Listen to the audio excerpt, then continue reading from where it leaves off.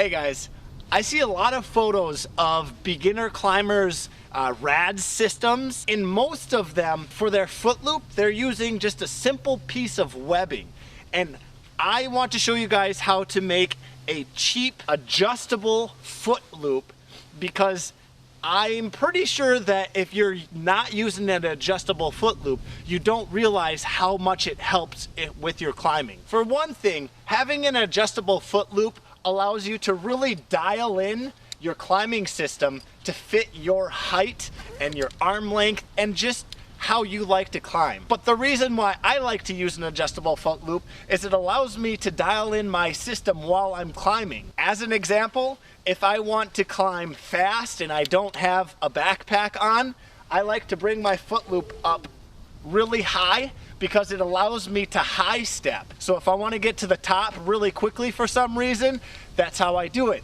If, on the other hand, it's the end of the day and I'm tired, maybe I'm carrying a backpack up into the tree, I like to extend my lanyard. The length of the lanyard's longer, but that means that my foot won't be lifting as high when I climb. So I'll be doing short, quick steps with my foot.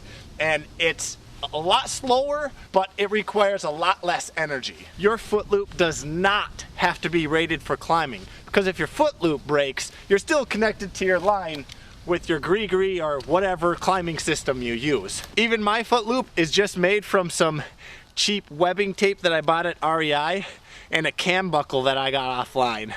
But there's an even cheaper way to do it. Go to the automotive section of Home Depot or Menards. You can usually find a single cam buckle with a piece of webbing already connected to it for under $10. Pull the cam buckle out of the box and it will have a piece of webbing already attached to it like so.